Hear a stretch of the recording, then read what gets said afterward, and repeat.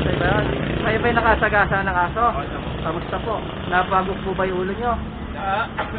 Nawala po kayo ng malay? Nagsuka po ba kayo? Ito po ang dinadahin nyo. Nauna daw sir yung balikan. Ito ang balikan nyo. Nakakasama niya ng kontak.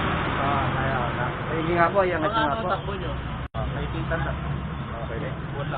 Ngayon po, gusto niyo pa magpadala ng ospital? Nakausap niyo na ba siya? Wala pa kami nakakausap. Kami po ang ambulansya po. Ano po natin? Anak siya. Kayo po ang anak. Sige po. Dahil ko rin po natin. Yan naman rin po yung anak lang. Saan niyo po gustong dalhin? Kahit dyan na lang po sa akin. Dito po sa Sagrada. Sige po. Paano yun sir? Baka kami gumagawa. Para pa kami pang... Kami po andito para bilang ambulance assistant sa inyo. Gusto niyo magpadala sa ambulansya, libre po iyon, wala pong bayad. Pagdating po sa ospital, sila po ang may bayad. Kaya na lang namin sir ng aso kasi kakausapin natin. Kakausapin niyo pa po. Okay, kapitan. Ngayon po, hindi muna kayo magpapadala.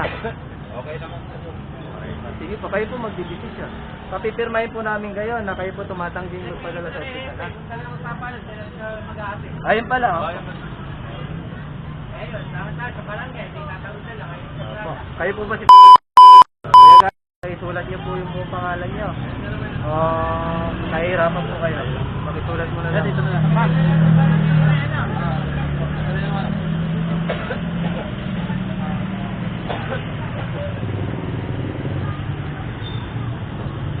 Pakipirmahan niyo na lang po. Kayo naman ano. Tsaka dito. Wala tayong magbigay. Dito tayo magbigay.